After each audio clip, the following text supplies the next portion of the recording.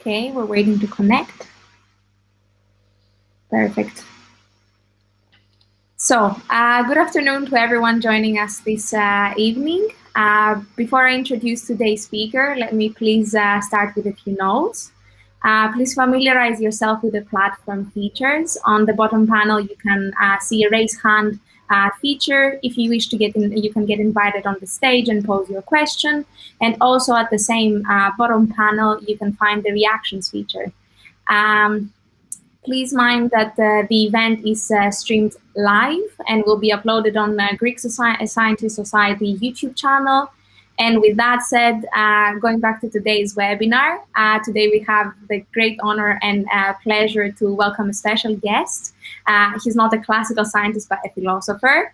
Dr. Emmanuel Goffi is a philosopher of artificial intelligence. Actually, he's the co-director and co-founder of the Global AI Ethics Institute. He also works with Huawei on AI standardization and is a faculty member with the Big Data Lab at the Goethe University in Frankfurt, Germany. Emmanuel Goffi holds a PhD in political science from Science Po-CERI. And his research focuses on the development of artificial intelligence and its ethical dimensions. Dr. Goffi was one of the Greek Scientist Society distinguished speakers of the symposium that we had last month, but due to some technical problems, he was not able to participate in the event. So therefore, we are glad to have you today. We welcome you, and please, the floor is yours. Thank you, thank you. I'm not sure if you hear me correctly. There is someone working, just starting now. I'm sorry for that. I hope it will not be an issue. Obviously, I will share my screen. Let's do that first. Okay, let's do that. Can you see it? Yes, we can now, yeah. Okay, great. So thank you for this kind presentation. And yes, last time I actually I was not able to connect for some reason, so I'm really sorry for that. But unfortunately, the Greek Scientist Society gave me this opportunity to speak alone. So I will try to do my best not to be too boring. Do not please hesitate to interrupt me if possible. If you have any question during the presentation, it could make it a little bit more vivid than if I'm just speaking myself. So today, what I wanted to talk about is definitely not about AI ethics, artificial intelligence ethics per se, even if it's somehow related. It's much more about something that I'm experiencing when I'm trying to talk about philosophy. Philosophy is kind of, for lots of people, is really concerning, really scary. And when you say, okay, I'm doing philosophy, people do believe that you will talk for hours about things that they will not be able to understand. And it's really unfortunate, because what I do think is that philosophy is something we need. We really need philosophy, and any one of us can do philosophy. You don't have to know about concepts, names, and big notions. You don't have to read Immanuel Kant in German or even Aristotle in Greek. You can do philosophy just by starting thinking about important things. And I do believe that we are in a situation today, specifically with this pandemic, where philosophy can be something that could help us to overcome this situation. Because this pandemic has added much more stress to the current situation than before. And I feel like using philosophy could definitely help us. So I cannot change my... Oh, that's weird. Okay, great. Sorry.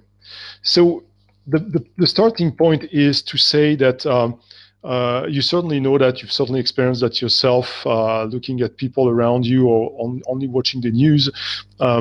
People are really stressed, and we all feel like we are in a world that we can no longer control. We are actually what I call a disturbing world, which is a kind of a truism. Disturbing world because all the things that we believed in are slowly collapsing. And especially with this pandemic, what we've seen, and we will discuss that during the presentation, what we're rediscovering is that we need social relations. And this is something that has slowly disappeared, and especially in the Western world. And I would say, when I say the Western world, I know that it's really encompassing, and it's really hard to define exactly what we mean by Western world. But let's say Europe and maybe Northern America, we have slowly lost sight that we need social relations. And this pandemic has just brought that back into the light, and we are rediscovering the fact that we need social relations. And that without those social relations, we are kind of lost, and it's really really difficult. So this disturbing world that we are living in is not something new, and it actually did not start with the pandemic. We all know that it started a long time ago with what we call globalization, right? And all the risks and the threats that are associated to globalization. With the financial issues that we all face at some point, with terrorism, with environmental issues, with political issues, with wars and conflicts all around the world. And every day we are fed with those things that are really stressful, right? Because when you switch the TV on, and what you see on the news is mainly things that are really concerning. You barely hear about things that are nice. So we live in a disturbing world because what we've, and if I take France as an example, I would bet that it's the same in Greece, it would be the same in Italy, in Spain, in Germany, wherever in Europe. In France, what we've learned for centuries is that we are a community, we are a nation, right? And we have to work all together as French citizens to make sure that the nation is moving forward and that we are improving all together. So what we've learned is that without this notion of a national community, we cannot flourish. So individually, if we want to exist, if we want to be happy, if we want to find happiness, then we will have to be aware that it will go through this idea of community. And this is what we've learned for centuries and centuries, right? And with globalization, what we've discovered is that actually nations are not, the limit of our horizon. We can see beyond that, and we've seen slowly appear this idea of what we call cosmopolitanism, saying, okay, this is ancient Greek philosophy, cosmopolitanism, saying that we are no longer citizens of a country, but we are citizens of the world, right? So that's the first thing that is really disturbing for most of us, because we have been raised with this strong idea that we are part of a nation, right? And the nation for us, it's a culture, it's people, it's borders, it's a government, it's lots of things. And with globalization and this idea of cosmopolitanism, all this has collapsed. And sometimes we feel like, okay, which community do I belong to? Does that make sense to say that I belong to the human community when I know and when I feel like I do not share values or interest with this or that culture, this or that country, this or that community around the world? So this is the first thing that is really disturbing in our world today, is that we feel like we belong to a nation, to a country, but at the same time we know that these belongings must go beyond the borders of our country. And this is something that we've experienced with the creation of the European Union, right? Lots of people, I remember when the treaty for the European Constitution has been put on the table in France, French citizens actually rejected it, because there was this strong idea that there is nothing beyond France and beyond the country. Yes, obviously you get countries that are neighboring countries, but the European Union cannot be the new horizon of our citizenship. And even now, it's something that it's difficult to understand. So it's really hard when you do that with the European Union. It's really hard when you do that with the whole world, saying, okay, now the whole world is ours and we are cosmopolitan people. Then, in this disturbing world, what we've seen is a crazy number of conflicts, of wars in the Middle East, in Africa, in Asia, in Latin America, everywhere we've seen that. And most of the time, I would say, this is personal opinion, but I want to share with you that most of the time, because us, I mean Westerners, we consider that we hold the universal truths about what is acceptable and what is not, and we are lecturing the rest of the world. So we are intervening in sovereign countries to explain them that what they're doing is not good, that they should be democratic, they should do this, they should do that, right? My point is not to say that I'm against democracy. My point is that I'm against lecturing others, right? I don't feel like France is legitimate to lecture China, to lecture African countries or countries in the Middle East. I do feel like we have to accept that lots of people do not think like we think, right? Doesn't mean that we have to embrace the thing they're doing, but it means that we have to accept differences and diversity. So this disturbing world is also made of this kind of conflict in which we don't really understand what is exactly the goal and what is exactly at stake. The best illustration of that, to me, is the terrorist threat, right? We are fighting against terrorism, which is a nonsense because you cannot fight against an ideology. But let's say that we are fighting against terrorism, and for example, France, we are fighting against terrorism in Mali, right? While no one in Mali has never threatened France directly, right? You can say that obviously people from Afghanistan have threatened France at some point and other countries, but there is no threat coming from Mali. So when we are sending troops in the Sahel region to fight against terrorism, people are asking, what are we doing exactly there? And we already asked the same question, because my thesis was about Afghanistan. When we were deployed in Afghanistan, lots of people were asking, what are we doing over there? Is it really true that we are fighting against terrorism? Is it really true that when we're sending soldiers in Afghanistan, it's just to avoid having terrorist attack in France? So it's really disturbing because we see that we are doing things that are not really acceptable. I mean, intervening in sovereign countries and explaining them what they have to do. But at the same time, we feel like those threats would justify this kind of action, right? So there is this big gap between the reality of the threats and the perception of the threats, right? And in terms of terrorism, obviously terrorism is here, but I think that the way it has been presented throughout the years has created some phantasms about terrorism, which has made a lot of us questioning the reality of it and the legitimacy of what we are doing in some other countries. And as I was mentioning, also in this disturbing world, we have environmental issues, and we see that some countries are subject to lots of environmental problems, and we are not. I mean, in France, we are not really concerned directly, but at the same time, we are told that our action, our everyday action, is part of what is going on in Latin America, in Asia, etc. So we feel like we have a responsibility, even if we are not directly touched by this kind of issue, or at least at the same level as some other country. So our understanding of the world today is a mix of lots of things that we cannot really understand. And the funny thing is that, once again, and I'm not that old, I'm almost 50, but I've been raised with this idea that you have to understand the world you live in as a citizen first, because when you go voting, obviously you have to make a decision, and so you have to understand why you're voting and what will be the consequence of your vote, obviously. But at the same time, I feel like I'm more and more losing control of my knowledge about the world. I feel like lots of things that are happening in the world, I can no longer understand them. And I think I'm not the only one to have this feeling, and that's pretty concerning, and that can be really scary.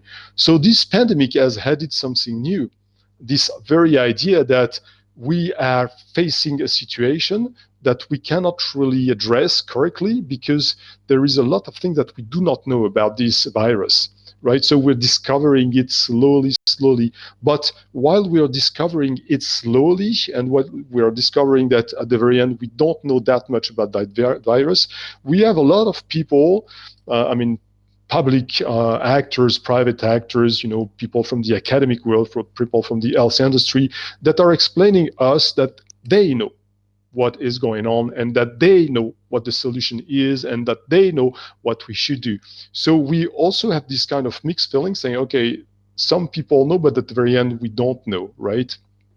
So I really feel like there is a loss of sense for a lot of people today about the world we live in, a lot of a loss also of trust toward legitimate authorities, let's say public authorities and private actors in the health industry. So we don't really know who to believe, who to trust, and where to go to get information or to get answer to our question. So the point here is to say that it led us slowly to feel like at the very end, you're alone to make your own decision, to make your own opinion, and that you cannot trust people around you, right? You're seeing lots of things, you're aware of lots of things, but at the very end, you don't know how to deal with all those things. So it's pretty concerning. I do believe that philosophy should be brought back to the light because philosophy is first and foremost about asking questions instead of trying to find answers. We are all trying to find answers about what is going on with the pandemic, when it will end, what is going on with the environmental issues, with wars, with terrorism, etc. But the point is that we do not question enough, and I think we really need to start asking questions. This is where philosophy could definitely help us. It could help us in the first way in reminding us that we really need social relations. And when I say that, I need beyond the fact that we want to go back to the restaurant, we want to go back to the theater, etc. It's not only that; it's that we are social animal, political animal, as Aristotle put it.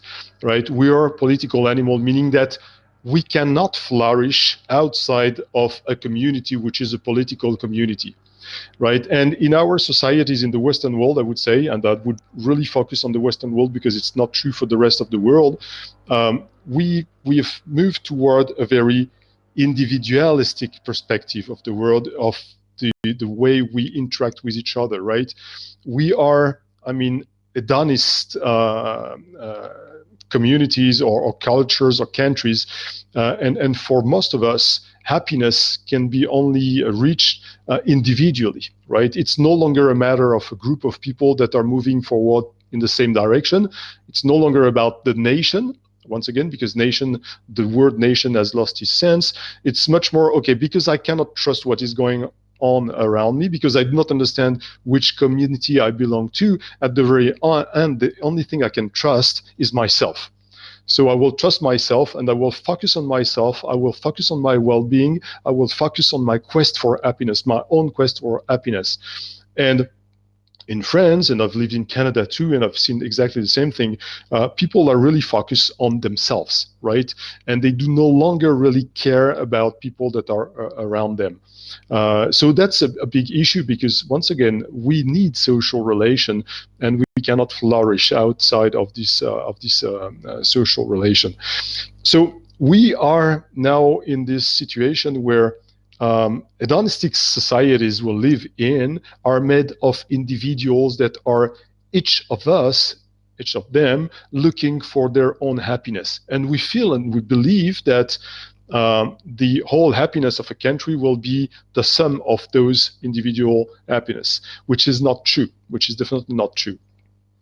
And when the pandemic actually occurred, we've discovered that even if we are really focused on ourselves, we need others. If we want to overcome this kind of situation, if we want to overcome a crisis like the pandemic, we really need at some point to look at other, to listen to other, and to speak with other, and to have exchanges with other. We cannot be alone in front of our computer. That's not enough. So I do think that we are slowly rediscovering the importance of ethics. When I say ethics, I mean real ethics, not the one that you hear about when we're talking about AI or about finance, about politics, which is mainly what I call cosmetics, which is a narrative that has been created in order to reassure people or to create or build artificial trust. I mean ethics in the real sense, in the noble sense of it. I mean ethics in the sense that we are trying to live in an harmonious community, and we are trying to understand what it takes to build this harmonious community, right?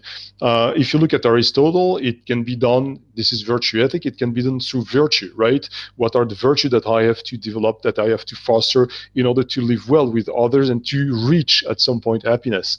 If you look at the ontology from Immanuel Kant, you will have exactly the same question. What are the rules that I must follow, that I must establish in order to have this harmony within the society? If you look at consequentialism with Bentham, Mill, or other philosophers, that's the same, right? It's the maximization of the satisfaction of the greatest number.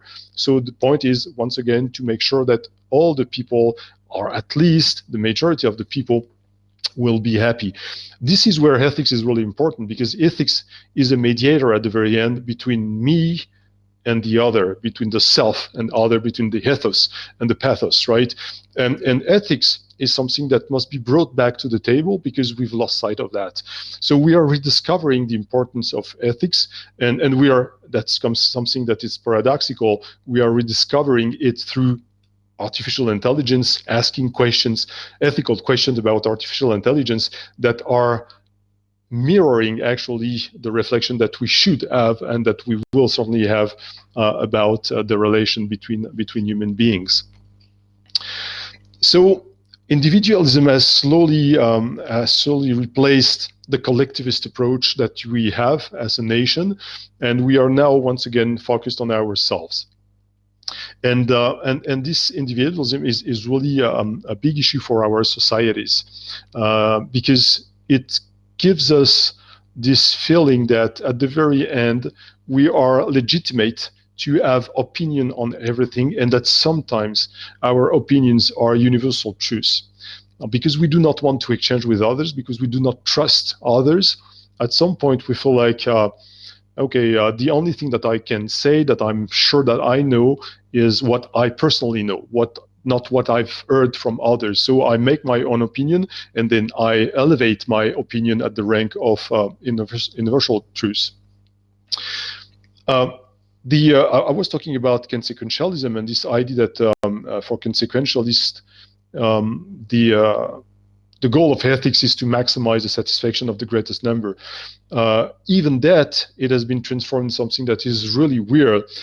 We feel like now we are no longer in this idea of maximizing the satisfaction of the greatest number, but we are trying to maximize the satisfaction of each and every individual, right? So this is something that is totally, I think, crazy in the sense that it's totally impossible. If you're a political leader, obviously you cannot please every and each of your citizens.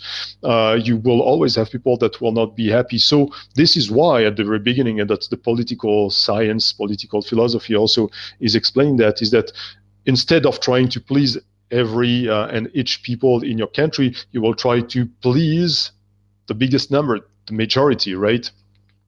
But now what we're looking for is our own maximization of our own satisfaction without taking into account others. This is something you can see, and that's I think perfectly illustrated by the pandemic, when you have some groups of people that are complaining because we are in a curfew, because you cannot go outside after 9 p.m. and because their specific field of activity suffered from this and from that, without taking into account that this pandemic is killing people, right? And it's not only killing people, it's also leaving lots of families, people, friends, losing their some members of their own families, right?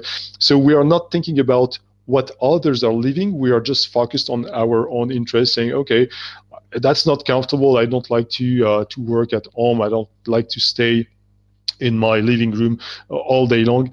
Yes, but if you don't do that, people will die, the pandemic will spread. We cannot understand that, and we no longer understand that. We do no longer want to hear that, right? Because we try to maximize our own satisfaction. So obviously, when you are part of a group of people that do share the same expectation, you will create this group of people. Let's say, for example, in France, lots of people from the food industry are complaining about the fact that restaurants are closed and cafes are closed, and so obviously their businesses are suffering from that. And I do understand that. So they want, and they are asking the government, they're putting pressure on the government to reopen the restaurants, etc., etc. Yes, but at the same time, people in the health industry and especially in hospitals are saying you cannot do that because we have more and more people that are arriving in hospital with really serious situations. And if you reopen bars and cafes, definitely that would be great for owners, but that would not be great for the society. But we are no longer, once again, able to hear that, and we don't want to hear that. And that's really a problem, right? Because we are not acting as citizens, meaning people that are member of a bigger community, a nation. We are just acting as individuals. And what we've actually created is what Emile Durkheim, the sociologist, you certainly know about him, has called organic solidarity, meaning that our solidarity between individuals is based on our specialization, not on the fact that we share common values or common ideas, but we are creating solidarities that are based on specialization, functional specialization. And that's really an issue when you want to overcome a pandemic or an issue, environmental issue, for example, that is not that does not concern only one group of people, but the whole group of the community, the whole world, when it comes to the pandemic. So, as Protagoras wrote it on Truth, it seems that now man is the measure of all things. We are individually the measure of all things. Something that is really illustrative, once again, with the pandemic, but not only with the pandemic, that's true for lots of things, is that everyone now is entitled to give his or her opinion on what should be done in terms of what kind of, let's say, what kind of decision must be made in order to maybe stop or decrease the risk of the pandemic. Even people that do not have any kind of knowledge about epidemiology or about health, about politics, we all feel like we are entitled, we are legitimate to give our opinion, and we all feel like our opinion is valid and is important to the rest of the world, right? This is something that is obviously supported by the role of the media. The media are asking people in the street what to think about the decision made by this or that head of government, of president of France, for example. Does it make sense to me? Because most of us, we don't know what it is to be president of France. We don't know what it is to be head of government, whatever the government we're talking about. So we have no idea what are the pressure, what is the situation, and what we should or could do if we were in the shoes of those people. But however, we give our opinion, and we feel like our opinion is really important, that we have to share it. You can see that also on social networks.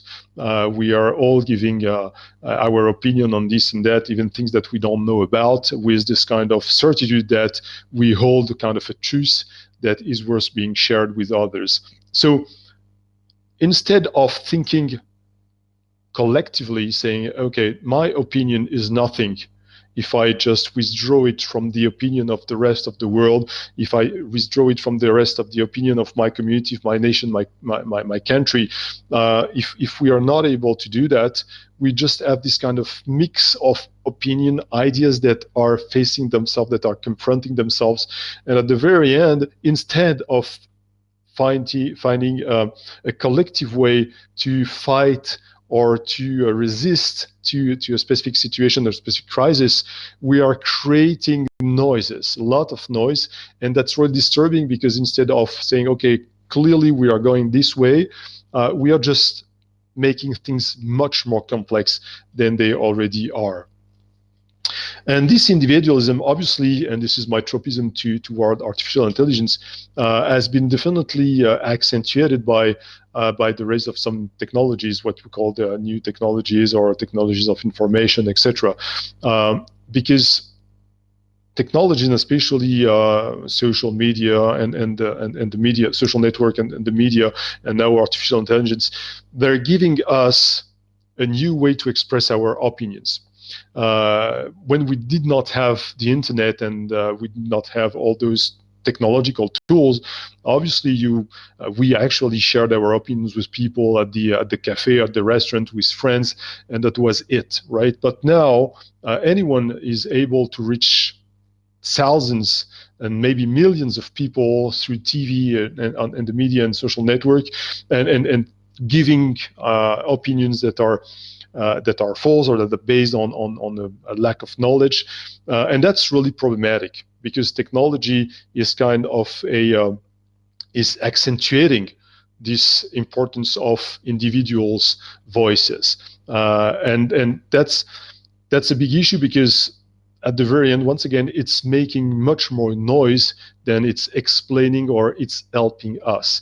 It's just blurring the situation, right? Because I'm listening to lots of people, I'm hearing lots of things, lots of ideas, lots of different opinions, and at the very end, I'm not able to make my own opinion. I'm not able to make my own certitude. So I'm lost. Instead of finding the way to go through the crisis, I'm just much more lost than I was before. But the point is that technology, we have a specific relation to technology. That's not something new. That's not something that appeared with artificial intelligence. That's something that you can find in Aristotle's work with what we call techne, which is technique, basically. And this idea that techne is here either to improve nature or to fill the gap in nature. Things that are not done by nature, we can do that by techne, right?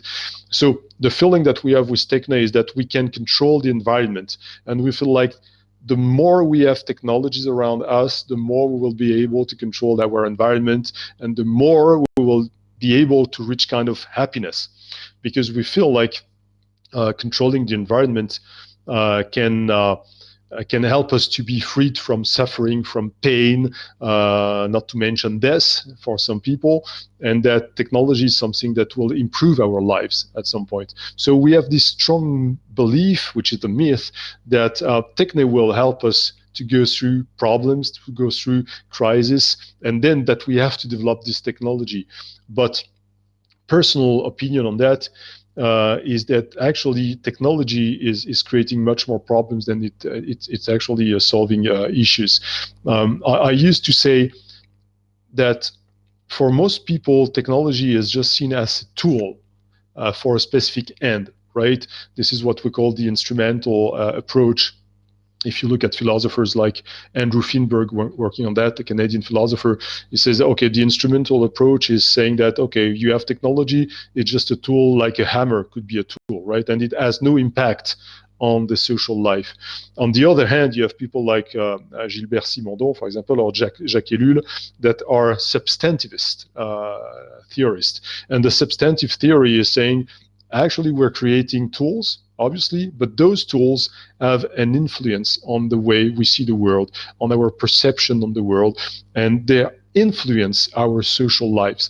The best example of that is car. You don't have to go through new technology, but just think about cars and how they shape the world around us, how they influence the way we see the world, how they influence the way we understand distances, the way we understand time, and the way we organize our cities, the way we organize our shops outside cities, etc., etc. Cars actually had a strong impact, strong influence on our social lives. The internet, exactly the same. Telephone, exactly the same. Artificial intelligence will have exactly the same. So there is this myth that we are controlling environments through techne, and that we are controlling technology as well, right? While in fact, we are no longer in control. We are losing control because at some point we are, overwhelmed by technologies, and we don't understand most of them. We don't know how it works, and we are not even aware of the fact that those technologies are shaping the world around us. Right? We hear about fake news. We hear about those theories about crazy things. This is possible. This existed before technology, but this is much more possible today thanks to technology. So you get a lot of people that are into this kind of crazy theory about the influence of this or that actor, this or that country, that are actually influenced by this technology. So this myth of technology being controlled by human beings in order to control our environment has to be questioned. And you can do that only through philosophy. You cannot do that by just asking, okay, does technology has influence on me? You really have to think about it, and you have to read philosophers, and you will see something that would be interesting. It doesn't mean that you have to agree with that point. Obviously, you can disagree, and there is no issue with that. But at least we have to work on that. We have to think about it. We have to hear. We have to listen to others, and we have to understand that we are not, we do not hold any kind of truth, individually speaking. So this quest for individual well-being, what we call eudaimonia, which is the happiness. Obviously, I do not pronounce that correctly in Greek. I don't speak Greek, but this quest for individual happiness does not help when it comes to social resilience. Social resilience is based on the quest for collective happiness. If you don't understand that, then maybe you will be happy yourself, but you will be happy in a world of people that are unhappy, and that cannot make you happy. So that does not work. So this quest for happiness that we've slowly created through individualism is now questioned with a situation like pandemic, like terrorism, etc., and environmental issues that are concerning the whole world and world communities, right? And if you don't find a way to work all together in order to fight against those threats and to overcome those crises, actually you will not be able to overcome them correctly or efficiently. But the point, as I was saying, is that it's difficult to trust people around us. So we feel like sometimes we're really isolated, and we feel like, okay, I've read this, I've read that, I've heard about this, I've heard about that, so I know what it is about. I know what the coronavirus is about. I know what the COVID is. I know exactly how to fight against it. I know what should be done to fight against it. Because we are now in a society of huge distrust. I don't mean doubt. Doubt is something that is beneficial, that is something that is valuable. Distrust is not beneficial and is not valuable, and especially when distrust has become a philosophy of life, when it has become kind of a ideological stance, saying that I cannot trust anyone out there, so I will not trust anyone out there, and I will not even hear to people outside. I will just make my own opinion based on what I can see and read and listen here and there, but I will not trust people that do have the knowledge. And this is something I don't know for Greece, but I know for France, once again, that is really, really important here. People do no longer trust political leaders. Obviously, there are some reasons for that. But at the very end, myself, for example, I would not feel like I'm legitimate to tell the French president what should be done in this situation, because I don't know what it is to be a president of a country, right? I myself have some difficulties sometimes to deal with issues that are related to my own family. I don't know how I can lecture, head of governments that are dealing with 67 millions of people in a country like France, or more than 90 million people in Germany or other countries, right? But this distrust has made us fall into the trap of individualism, right? And as I was saying earlier, we all think that our opinion now are kind of universal truths, and we don't want to hear to others. So instead of working all together, we are once again moving toward what we call the solipsistic society. It's kind of a complex world, but solipsism is about the fact that the only thing that you can believe in that is true is the fact that you think. Everything that is outside the fact that you think yourself must be questioned, right, and must not be trusted. And it means that there is no reality out of your own mind and out of your own perception. And this is based on Dr. Goffi, Yes. sorry to interrupt you. You told us to give you a 5 minutes, Okay. let's say, yeah. And Katerina is hesitant to stop you. Please go on. Okay, thank you. That's great. Yes. I believe that you have give us a lot of food to have some debate after that. And let me ask by that some attendees, our attendees, to raise their hands and participate in the debate and the discussion. Yeah, sure. Please go on. Okay. Thank you.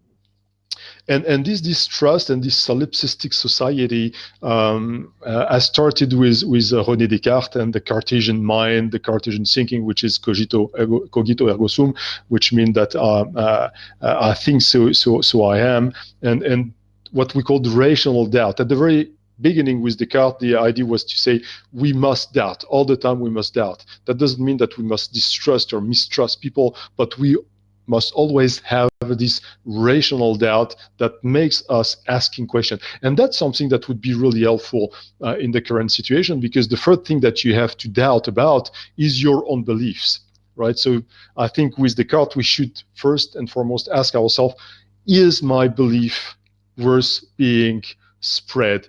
Is my belief legitimate? So that would be the first question. But we've slowly moved towards something which is much more complex than that, which is, as Flaubert was saying, you see on the left-hand side of the slide, that there is no truth, there is only perception, right? And whatever I'm told must be distrust and mistrusted, right? And that there is no truth that can stem from anything else than my own experience, than my own mind, which is called skepticism. So I will just try to go a little bit quick through my last slides, because I don't want to take too much time. This is something that you will find also in philosophy, like philosophers' work like Arthur Schopenhauer, saying that actually the world out there is a mere representation of my own will, that it does not exist per se. Doesn't mean that there is no reality at all, but it means that actually the reality as I see it is just a matter of perception. So my reality might be different from the reality of my neighbor. And maybe some of us will share the same reality, then we will build some kind of community, some kind of collective group. But at the very end, it brings me back to the fact that the reality is tightly linked to my own perception, not to what I'm said or to what people are explaining to me, but to what I see, to what I experience, and to what I think about that.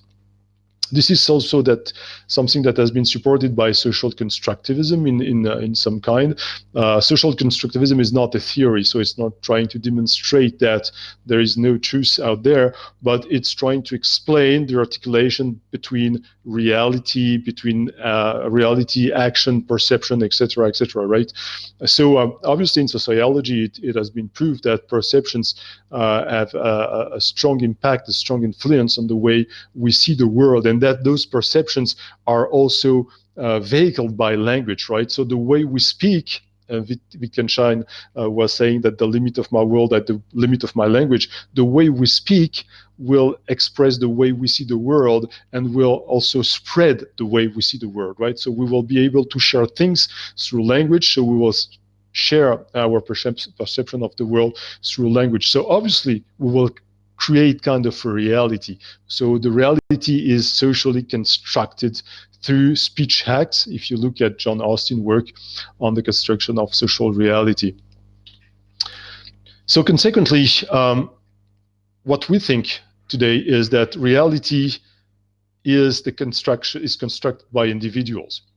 Most of the time outside of any kind of rationality, any kind of objectivity, just my own perception. And because I'm feeling that and because I'm experiencing that, then that is the reality. So if I'm the only holder of any kind of reality, it means that there is no truth outside of my own mind, right? So I'm the owner of a truth as well. And then the world as Schopenhauer was saying, as the world is a mere projection of my own representation, right? So the world as I see it is the world as it's real, not as people as are explaining to me. So because I'm the only one to know what is true and what is real, I cannot trust others, right? So this is something that is really problematic in the current situation, because once again with the pandemic, we have to move back to our social tropism. We have to exchange with others. We have to learn how to listen to others. We have to learn what is knowledge, because most of the time we think that we hold kind of a knowledge, which makes us legitimate to feel like we hold the truth and we hold the reality, but we don't have knowledge. We just have mere opinions. Back to Plato, we are living in Plato's cave. We are just seeing those shades on the wall, and we feel like that's the real world. That's not the real world. The real world is something else, something really different. And with new technologies, obviously it's much more difficult, because most of people are telling me we have access to much more information than before. I would just nuance that, saying that we do not have access to information, we have access to data. And many of us, like artificial intelligence, you've certainly heard about black boxes, algorithms, many of us are unable to use those data and to transform them into information, which is useful data, right? So we're just grabbing lots of data, we are just putting them all together, and we feel like that's knowledge. That's not knowledge, that's just mere opinion, and we have to be aware of that once again.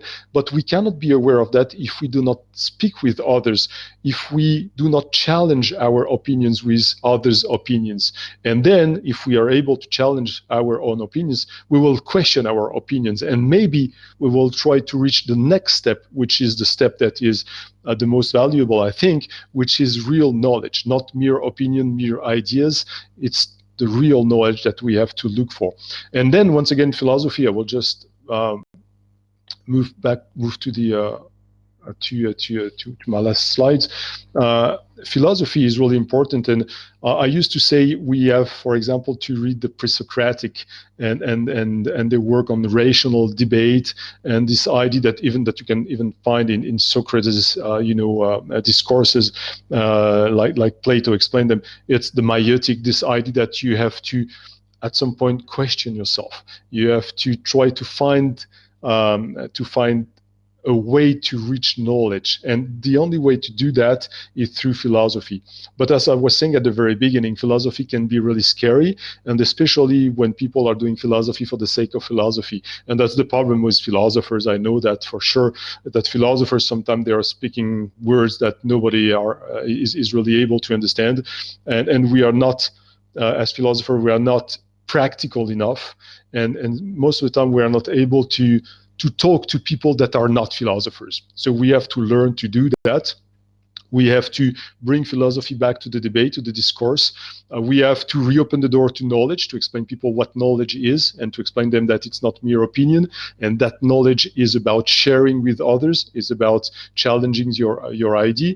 It's about also understanding that our perceptions are not the origin, that not truth per se, and that we have to move back from the solipsistic society to the Cartesian rational doubt. We must not mistrust, we must not distrust, we must keep having this kind of doubt, but at some point we have to listen once again, and we have to start trusting a little bit other and to discuss with them. I don't want to go too far from here. I will stop. Sorry, I was a bit long, I guess. So now I'm open to all questions you have. I will just stop the sharing. Thank you so much, Dr. Goffi. That was a very intriguing presentation and discussion. I think it has led to a lot of food for thought. And I think especially the part where you're referring to social media and, individual opinion. In the context of this pandemic that we're going through at the moment, I think, social media has been used as a platform for all individuals to express their own opinion. And sometimes this has led to misinformation and the misrepresentation of a particular situation. And I think it's really important that we need to consider, as you say, the greater good before, sharing individual opinion. I think that's really important. So yeah, yes. I think this is a very important topic. This is from your discussion. Yeah, please. No, I think yes. That's it. Doesn't mean I don't mean that I don't want to say that we must not, look for our individual happiness. But in crisis situation, we have to think globally. We really have to think collectively. For sure. So for our attendees, the questions are open. If you also wish, you can raise your hand and I will invite you on the stage, or you can use the questions panel at the right-hand side.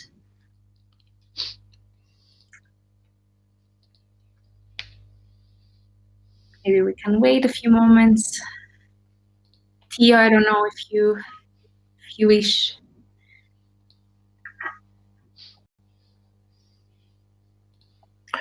Okay, I have some questions, but I also have a different perspective, if you allow me to say so, in some of the things that you raised. I believe that, first of all, it's a troubled time. There is no question about that. But almost every century had some, let's say, troubled times. And in the human history, there are only a few moments that we had, let's say, easygoing periods. But on the other, we have something like 75 years without a world war. Globalization raised the wealth increasingly, the per capita in, let's say, in global terms. I don't know if this is a matter of we go to a happiness through this wealth or not. And regarding the science and the technology, we see major leaps. That is incredible. We found, let's say, the vaccine within 1 year. So I'm not saying that you are pessimistic and I'm optimistic, but I'm trying to debate and start the discussion, if you allow me. Yeah. I found very interesting the thing that you have in France, like in every other place of the Western world, a lot of opinions. If I may say, in Greece, in 5 people, we have 6 opinions, which is something exceptional. Mm-hmm. But in general, this is something that is good, isn't it? Of course, we overreact with social media, things like that. As Katerina said before, everyone has its own, let's say, opinion and something to say. But the thing is that we don't have the right cultural, we don't raise, and this is something that the philosophers should do perhaps, the right questions. Mm-hmm. Because the problems are becoming more and more complex. And we cannot have the correct answers in any case, and maybe we cannot have dealt before with similar situations. So it's a kind of very difficult situation, and we have to find the balance. Please let me have your thoughts on that. Yes. So first, I do agree on the fact that it's not something new that we are facing a crisis, and that the world has faced crisis many times. And it's true that there are lots of things that have improved, definitely. But the point is that when you try to measure problems, you cannot measure them only by what is happening. You also have to measure them through what the perception of what is happening is. Exactly, right? What I would say is that the less you suffer, the less you will be prone to accept suffering. That's the way it works, right? So obviously, if you put someone from let's say the 60th century in today's world, it would say, that's great, you live in a fantastic world, maybe, right? But we've been used to slowly suffer less and less. And I mean, let's say in France or in Europe, right? And obviously, we are no longer used to face difficulties such as wars and pandemic and all that things, right? So we are less prone to accept sufferings. Mm-hmm. If you go to India, you've seen what the situation in India is. I would bet that lots of people in India would be really happy to be in France, where we're complaining about the situation. Those people would definitely be happy to be here, right? And those people in India are much more resilient than we are, because we've lost that's great. This idea of facing art situation. So the less you're used to that, the less you will accept it, right? So what is acceptable is lowering slowly. So the smallest thing that will happen, you will feel like that's something that is really heavy, right? So this is a matter of perception, a gap between the reality of the things and what you perceive. So that's the first point. Second point, yes, you're right. Technology has brought lots of good things, and I do not deny that, definitely not. But that's important to stress it. Lots of people do not understand that we now live in societies where our life expectancy is raised in a way that is just crazy. As you were mentioning it, we are now able to find a vaccine in 1 year. That is crazy, yes, but we are still complaining because it's still too slow. We want it to, right? So once again, there is a gap between the perception and the reality of things. Then yes, philosophy must be brought back to ask good questions. When it comes to opinion, I obviously I would say the regular speech about that is that it's great to share opinion, but in this sentence, it's great to share opinion. The word that is the most important is share, and what we are experiencing today is much more polarized debates that are facing each other without any sharing, right? I'm here and I'm trying to tell you that I'm right, and you're trying to tell me that you're right, right? So that's the problem. We do not have the debate. That's why I was saying that the pre-Socratic and philosophy should be brought back to the table, because it's all about debating. You can disagree with me, and that's great, and I think that's something that is really valuable, but at least you're listening to me, right? Sorry to interrupt. But this is something. Let's say something that has to do with the culture of a society, of a community, or whatever. It's not about science or let's say technology. The thing, to my understanding, is not to get back to become neo-Luddites and refuse, let's say, the technology and the thing is to control. And especially in artificial intelligence, there are, in our symposium, we had very interesting points about, let's say, becoming lazy with the technology, and this is a huge, or who controls the data and who has access to this kind of information. These are pretty interesting and complex issues nowadays, and philosophy has a lot to do over there. They can assist us to tackle these issues and this understanding. So it's a matter, perhaps, of our education systems, of our culture, of the way we are raised and things like that. Yes, and if I may add one more, let's say, domain for debate, individualistic, the Western societies are more individualistic, but this is good at some point.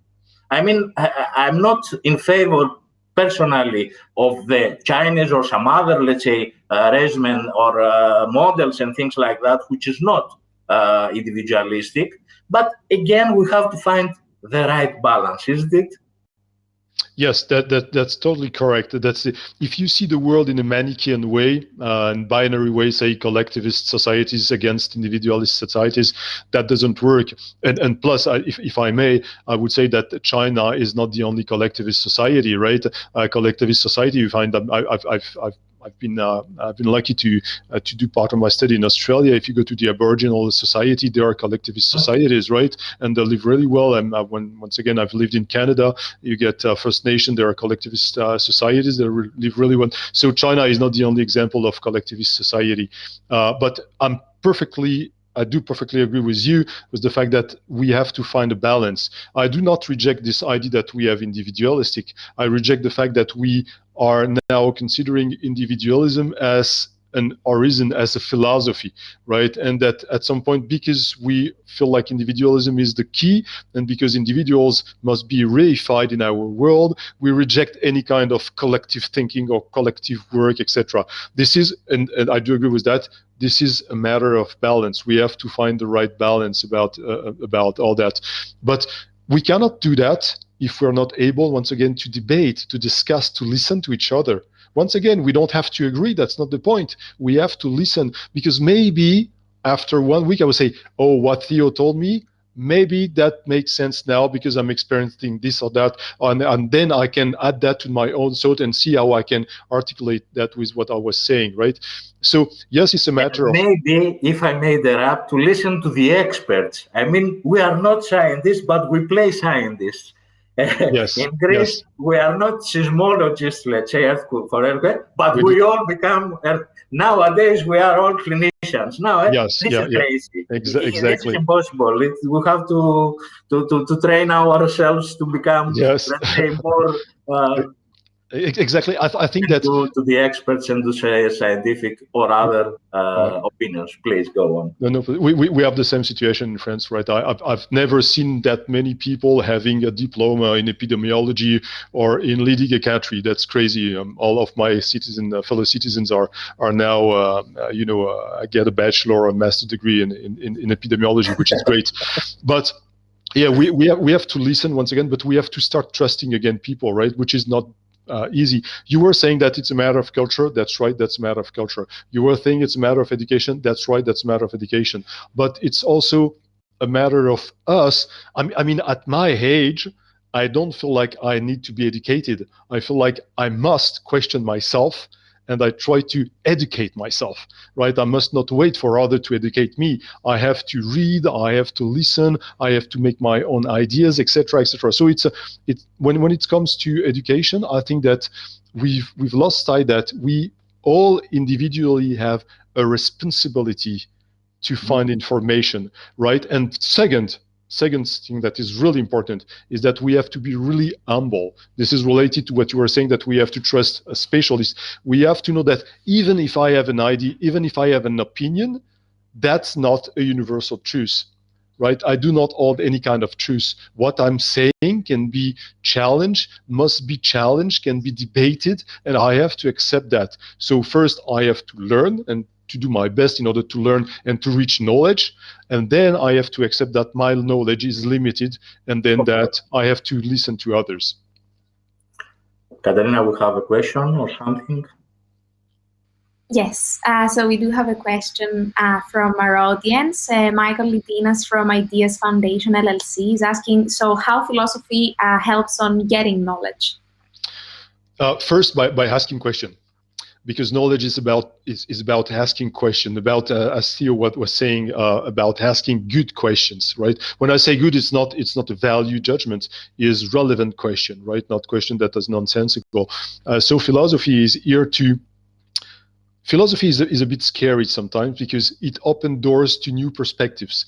When you have, I was in the military, I've been in the military for 27 years, right? And when you enter into the military, people are telling you this is the way it works, right? So you have clear ideas about what is acceptable, what is not. And then when you start learning, when you start doing philosophy, slowly you will start doubting what you've been told, right? And then you will ask questions. And because you're asking questions, you will look for answers. And looking for answers, then you will build knowledge by multiple layers. Obviously, your knowledge will always be insufficient and will be always limited. Once again, you have to agree on that. And most of us, when we're reaching a certain point, what we used to say is that the only thing that I know is that I don't know anything, because the more you learn and the more you're aware of the fact that you don't know anything, right? So philosophy is helping us to be conscious of that limited knowledge, and to maybe help us to understand that we have to learn every day and to be humble about our knowledge, right? Myself, I don't hold any kind of truth. Everything that I've said can be challenged, obviously, and that's great and that's fantastic. But it's fantastic if it's challenged in the framework of a debate, not of a political opposition when I'm trying to impose my views, which doesn't make sense. So I think philosophy here opens new doors. And when I'm working, just to finish on that, when I'm working on the AI, for example, I'm focusing on the cultural background for ethical appraisal, saying that the Western world is, I think, is a bit too present on the philosophical debate, and that there are lots of cultural ethics that should be brought to the debate. I've discussed with someone who told me, but I cannot put myself in the shoes of people that do not think like me, and that's the problem. That's the problem. You don't have to be in the shoes of the people that do not think like you. You have to learn about the way they think. You have to try to understand what they're saying. You have to learn how to listen. And if you're able to do that, then you will reach a certain level of knowledge that would be, I think, much more relevant than mere opinions. It's very, very nice. Thank you. And also we have a note from Marina Bostan in our chat. She's saying, thank you for the great presentation, Emmanuel. You may invite her on stage, Katerina, please. Sure. Give me a second.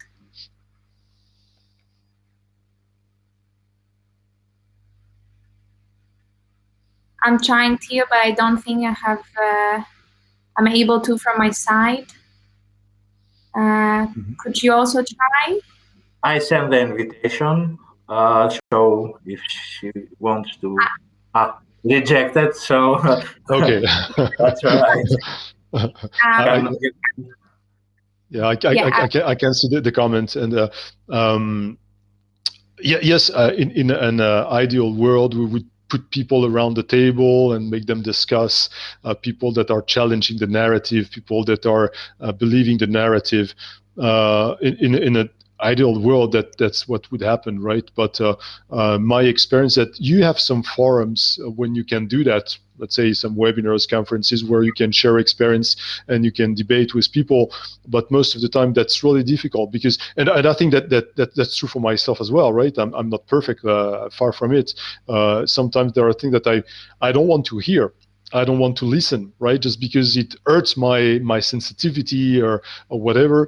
So it's really hard to create, useful debate around things that are really polarizing, such as the pandemic.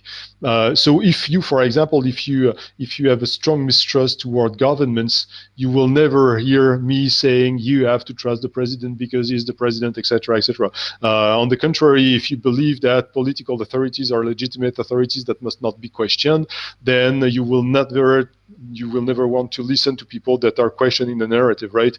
So it's really difficult. So once again, my point is, even before putting people around the table to make them debate on specific issues, you have, as Theo was stressing it, you have to educate people to understand that they first have to question themselves, right? If you're not able to question yourself, to put your ideas into question, you will not be able to debate, you will not be able to listen to others, right? You will just come to the table with your own opinion, and you will try to impose them to others. So that's the big difficulty, and my point is that, unfortunately, what I will say is it's a value judgment, but I think that the example that is given by political leaders is really bad, because we've lost sight this idea of debates, of constructive debates, where people that do not share same values, same ideas, same perspective will be able to find a way to reach compromises. It's no longer that. When we hear about debate in France, for example, for the presidential election, we don't have debate. We have people facing each other. That's it, right? We have a struggle, we have a fight, and we are even talking about the political arena, which is gladiators that are fighting against each other. They're not debating, they're not discussing. This is the political arena for real, right?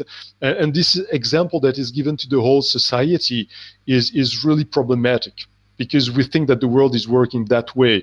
I have an opinion, you have an opinion. We are not able to just step forward to each other and to find a way in the middle of the breach, which would be definitely beneficial.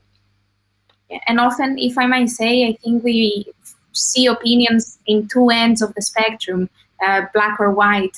And I think, each person keeps reinforcing their own opinion without having this debate that you're talking about, which is really important, listening to the other person, understanding, because yes, you can listen, I think, but, understanding and embracing what the other person has to say is also really important, I believe.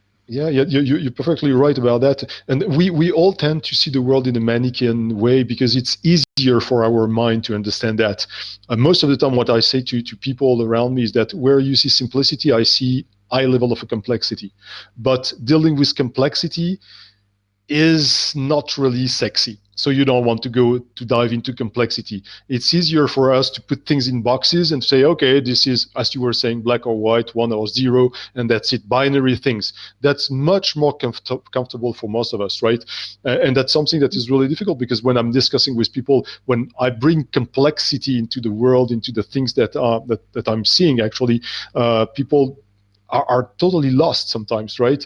That would be the same if you tell me about engineering or a thing that I do not understand. I would not understand complexity in, once again, in quantum physics or things like that, right?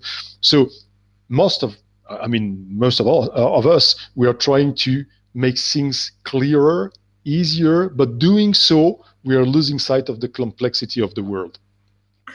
If I may, I thought this thing when you discussed about solipsism and the Cartesian rational doubt, you beautifully said about the new period, the quantum in the quantum computing era. Maybe we have to invent, or not to invent, but to raise ourselves to post-Cartesian, or let's say anyway, we have to think in quite multiple levels. If I say it's not black and white, it's not Cartesian, it's not so. This is very difficult, and we have one more, let's say, responsibility, especially for the young generation, to train them, to educate them, to develop this country. Let me say that Marina has 2 kids, so she was not able to join by video. So she's totally excused. I don't know if we have more time. It's up to us. But Dr. Goffi, you can tell us. Mm-hmm. We are past 6 in the UK. Mm-hmm. If you have time and if there are any other questions, we are pleased to take them. Yeah, sure.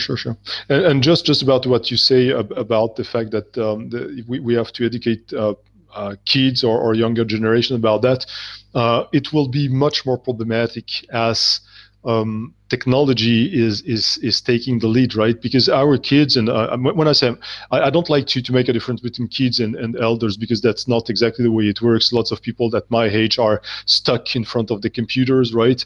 And they learn only through computers. So it's not only a matter of generation, but I feel like technology, we tend to spend much more time in front of technological tools than in debating with real people in the real life. And the pandemic did not help, definitely not, right? So when it goes to educating our kids or raise our kids, as I know that our kids, they spend much more time with their computer than with you, even for lunch and these kind of things. So the window where you can educate them is really, really, really small. And the influence that you have on your kids is really, really small compared to social network, to computers, to technology, etc. So this is something that we also have to deal with. And that's really complex because as far as I know, lots of social networks are not into education at all, right? Of course. Yeah, but the thing is that the eras have changed. Of course, we are not learning alphabet. We maybe start learning how to code, and even not even that, because we go to low coding or no coding at all. Maybe we have to discuss again about the Aristotelian rationalism. I'm not sure if it is the correct philosophical term, logiki in Greek, and also to say that I fully agree with you what Solon said, "Γυράσκω αίδη δασκόμενος" in Greek, which means I always, in all my elderly life, I always learn something new. So I am always learning. And yeah, you are right. We have to, and what you said about the politicians, it is the society. We had this populist movement, especially in the States and all these things, but it goes in cycles. The humanity. Maybe we will find the good at the end. We will see. No, yes, and once again, because you were saying pessimistic or optimistic, I don't see myself as a pessimistic, because when you say pessimistic or optimistic, it means that you are adding a value judgment about what is going on, right? I'm not saying that what we are experiencing is bad or good. I'm just saying that there are other options. Yeah, Right? you are right. I'm so sorry. No, no, no, no, I no, no, didn't no, want no. to You don't make have a to be sorry. label or something. No, no, I'm no, just no, trying no. to that No, no, we have a lot of good things. I yes, mean, yes, you're right. you should not be technophobic or things like that. And we can Yeah. make beautiful things. And in a generation, the society will be so much different. We can't imagine at that Yes, moment. I totally agree on that, and I even what I was saying about technology that is raising our kids. Myself, once again, I'm almost 50. I've experienced that with TV, right? That was appearing in a household, and my parents saying that you're spending too many times on TV, so you will be just stupid. And I don't feel like I'm stupid because I've watched TV, but so maybe our kids will be raised in a different way. They will have different Yeah. objectives, different aims, right? So we have to keep that in mind, that we do not once again, we do not hold any kind of truth, and especially for the future, we don't know what the future will be about, right? The only thing that I'd like is that there would be much more debate on that, much more debate, much more discussion. Whatever the decision the people will make about the future, if they want to have their brain downloaded in machine, I don't have any kind of issue. But we have to discuss it and to make decision, to think about what kind of society do we want to go to, right? Mm-hmm. Instead of facing the wall at some point saying, oh, we are here, like environment, we've never thought about that, and at some point you feel like, oh, the ozone hole is so big, what can we do? Yeah, but it's too late, right? So before it's too late, I think that we have time now to think about it and to take some time to discuss about what kind of model of society we want in France, what kind of model of society we want in Greece, what kind of model of society they want in China and in other countries. But we really need, and especially in democratic countries, because we're democratic basically, we need to have this kind of discussion. And you know it because you're Greek much better than me. This idea of debating about the future of the polis is something that is born in Greece, right? In ancient Greece, right? I've been to Athens, and that's great to be to be here and to see the crave of all this thinking, right? And at that point, philosophers were leading the debate, right? Philosophers were here to ask the question. People were not just giving their opinion for the sake of their opinion, right? It was philosophers that were leading the debate, right? Because they were asking the relevant question, as you were mentioning.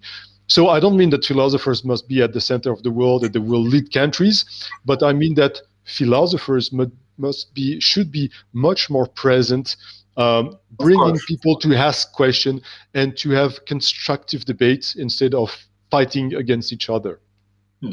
Should be a role model somehow to some. Yeah. Yes. Because we discuss a lot about, let's say, the celebrities and all these things, but especially nowadays with the pandemic, scientists should be the role models.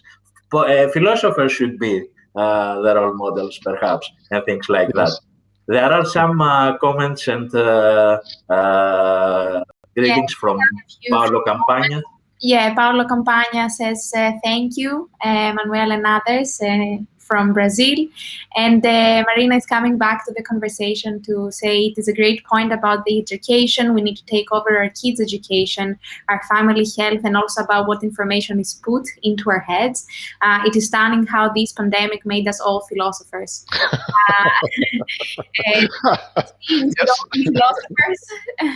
And the last question, perhaps, Marina should take.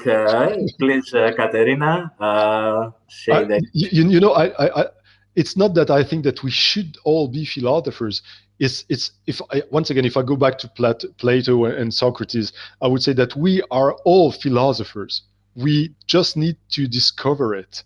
That's it, right? Philosophy is something that everybody can do, right? It's not, once again, you don't have to quote Immanuel Kant or Schopenhauer or Wittgenstein or Plato. That's not the point. The point is to asking question and being humble toward this question and the answer that you can bring. That's it. But if I may add, all these philosophers have, let's say, stated some values, some the ethos, the way that we should behave and live somehow. Different, let's say, philosophical movement. Of course, the humanity is evolving, and the thing is, we should have an eye. What philosophers already said, and what philosophers nowadays are asking, because we have so very complex. You are in the military sections with this, all these things, with AI, with robot soldiers, with enhanced, let's say, superheroes, and it's the time to discuss all this as a society. I mean, to discuss all these things and debate and come up with some, let's say, directives. I don't know, but we have to answer somehow these questions. And philosophers have a central role on that, should have a central role of that. Yeah, I do agree on that. The point is, and the funny thing is that lots of the questions that we're asking today regarding AI or lethal autonomous weapons and these kind of things, they are not new questions at all. There are questions that have already been asked and addressed by philosophers in ancient Greece. We have, for example, a huge debate here about democracy and the lack of trust toward democracy. That's not something new at all, right? It's like we are rediscovering the wheel all the time. And it shows, and I think it illustrates the fact that there is a lack of philosophical education. Because when I'm reading Plato, when I'm reading Socrates, when I'm reading Thucydides, and even later philosophers, I'm rediscovering that they were addressing the kind of same issue that we're addressing today. They were trying to find the same answer to the same problems in different ways.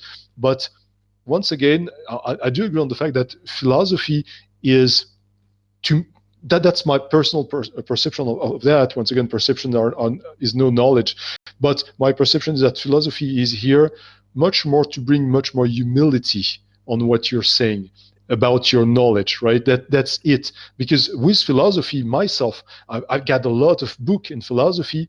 I don't understand even 1% of what I've read, right? Because philosophy is highly complex, but it opened doors. And for me, that was something really great, because once again, I was in the military. In the military, you are, I would say, it's value judgment, really narrow-minded, right?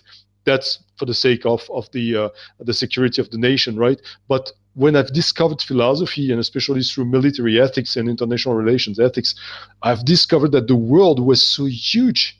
That's disturbing. That's really shaking at first. At first, you feel like, oh, okay, what I've been told was not true, right? Where do I go now to find any kind of truth or any answers? But at the very end, what happened is that I'm now really aware that I'm really, really, really stupid.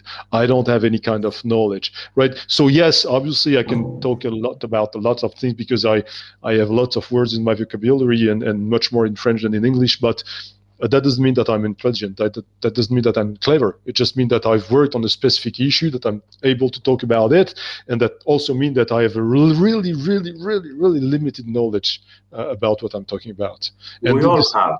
Knowledge is expanding. It's huge. All right. Saying that, I don't know if we have no further questions from our attendees. Personally, I'd like to thank you for the very intriguing discussion and debate that we had. I think the key outcome from your presentation and the discussion that we had is, to listen and engage in debate, but not political discussion kind of debate. Right. Try and do that for the best of our societies. Yes, thank you for the invitation. That was a pleasure, and let's cross finger that the future will be better. Thank you. And take care of yourself. Thank you, Emmanuel. Bye-bye. Bye-bye. Thank you. Bye. Thank you. Thank you all for, please, Katerina. Yeah, thank you all for joining. Thank you. Have a good evening. Bye-bye. Bye-bye.